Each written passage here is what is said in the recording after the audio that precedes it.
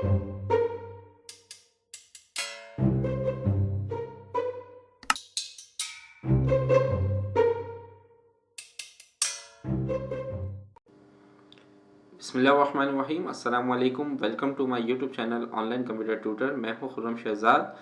आज हम Corel draw की क्लास नंबर 33 में शेप्स के ऑप्शंस पढ़ेंगे।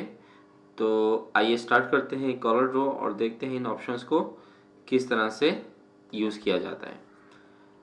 देखें, इससे पहले वाली क्लास में हमने ये basic shapes, arrow shapes, flow chart, different shapes हमने पढ़ी थी और वहाँ पे मैंने ये कहा था कि अगर हम दो से ज़्यादा कोई शेप्स, दो या दो से ज़्यादा शेप्स जब ड्रॉ करते हैं और उन शेप्स को जब हम सिलेक्ट करते हैं तो यहाँ पे कुछ इसके ऑप्शंस आ जाते हैं। आज हम इन ऑप्शंस को पढ़ने वाले हैं। तो आइए, यहाँ पे मैंने एक पेज बनाया हुआ है इन ऑप्शंस का। देखें, यहाँ पर एक मैं रेक्टेंगुलर ले लेता हूँ और एक मैं यहाँ पे सर्किल बना लेता हूँ।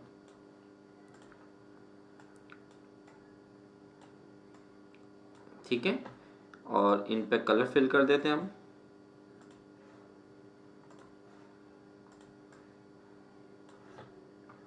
और आउटलाइन इनकी ऑफ कर दी मैंने।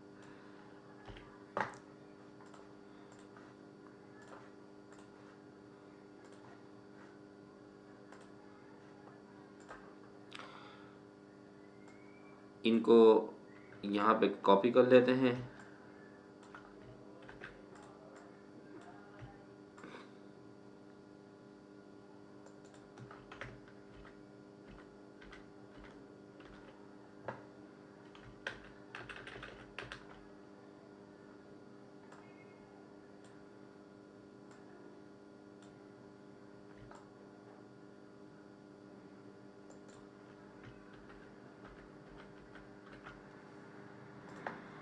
ठीक है, ये हमने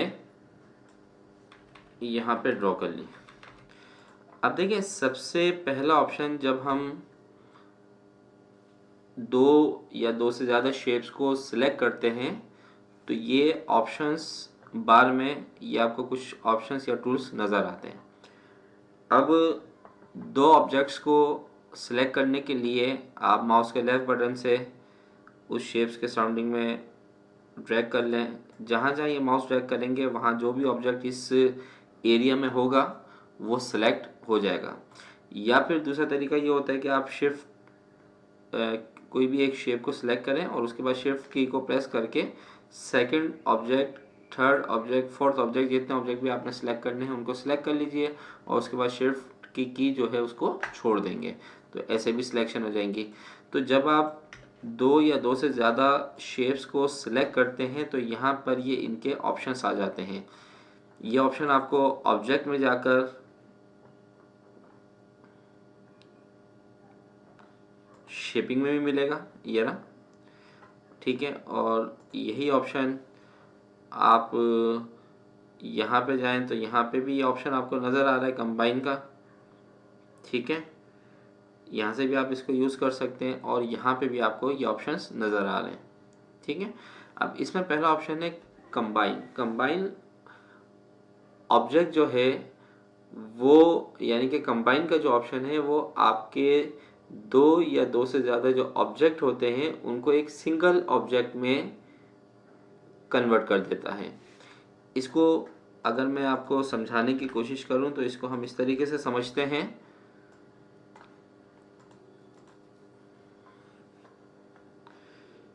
यहाँ पर हम अल्फ़ाबेट ले लेते हैं।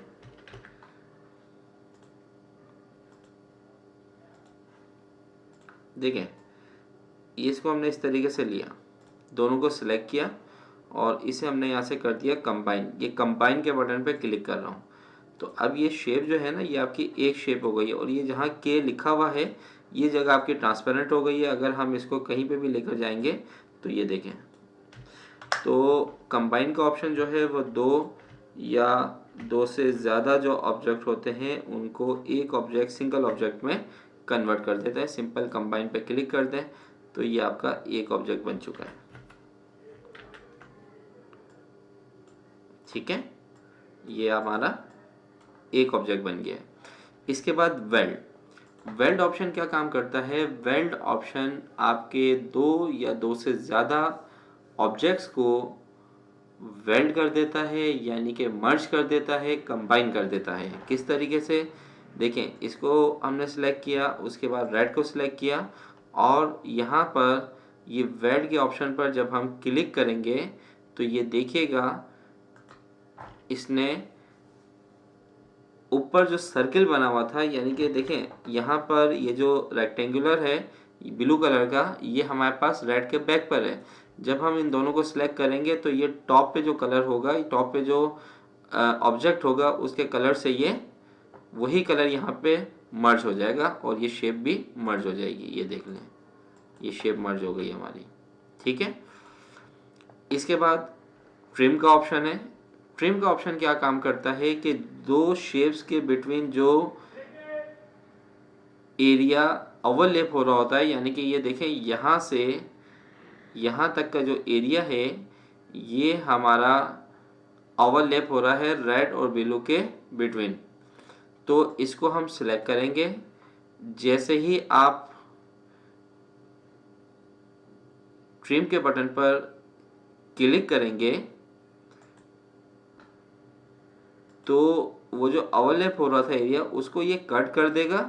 ये देखें, ये इसने इस तरीके से आपकी शेप को कर दिया है। ठीक है, यानी कि जो ओवरलैप एरिया हो रहा होगा वहाँ से वो इस शेप को कट कर देगा। इसके बाद इंटरसेक्ट ऑप्शन क्या काम करता है कि शेप्स के बिटवीन जो ओवरलैप एरिया हो रहा होता है उसमें एक न्यू शेप क्रिएट कर देता है।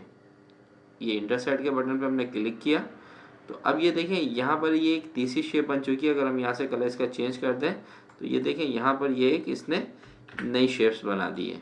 ठीक है। इसके बाद सिंप्लीफाई का ऑप्शन क्या काम करता है? सिंप्लीफाई का ऑप्शन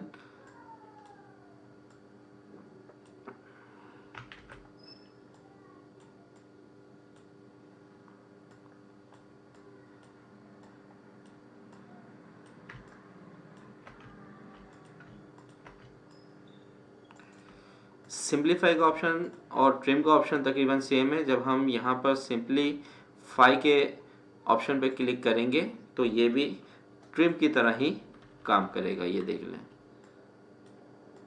ठीक है। अच्छा, इसके बाद नेक्स्ट ऑप्शन है फ्रंट माइनस बैक। इन दोनों को सिलेक्ट किया, यानी कि फ्रंट से माइनस करेगा ये बैक को। इसको दोनों शेप्स को सिलेक्ट किया और यहाँ पे फ्रंट माइनस बैक के ऑप्शन पर जब हम क्लिक करेंगे तो ये देखें इसने जो फ्रंट को माइनस कर दिया, यानी कि फ्रंट माइनस बैक, फ्रंट से माइनस हो गया आपका बैक एरिया। और यहाँ पे बैक माइनस टू फ्रंट, तो ये देख लें ये किस तरीके से होगा। ये देख लें इसने बैक से फ्रंट को माइनस कर दिया। ठीक है, जो एरिया ओवरले हो रहा था। इसके बाद इन दोनों को हमने सिलेक्ट किया। क्रिएट बाउंड्री पे जब क्लिक करेंगे तो हमारे पास एक बाउंड्री क्रिएट हो जाएगी। इस तरीके से एक शेप आ जाएगी हमारे पास। तो ये जो टूल्स आज की क्लास में हमने पढ़े हैं ये बहुत ही काम के टूल हैं कोरल ड्रॉ में। इन टूल्स को यूज़ करते हुए हम बहुत सी शेप्स बना सकते हैं, बहुत सी ड्राइंग बना सकते हैं।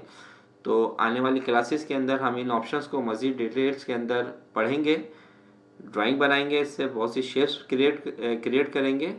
तो उम्मीद करता हूँ कि आज की ये क्लास आपको अच्छी लगी होगी। अगर क्लास अच्छी लगी है तो इसको लाइक करें, दोस्तों के साथ शेयर करें, और जो न्यू व्यूवर्स हैं वो चैनल को ज़रूर सब्सक्राइब कीजिए। नेक्स्ट वीडियो तक आपसे इजाज़त चाहता हूँ। अपना ख्याल रखिएगा। अल्लाह हाफिज़।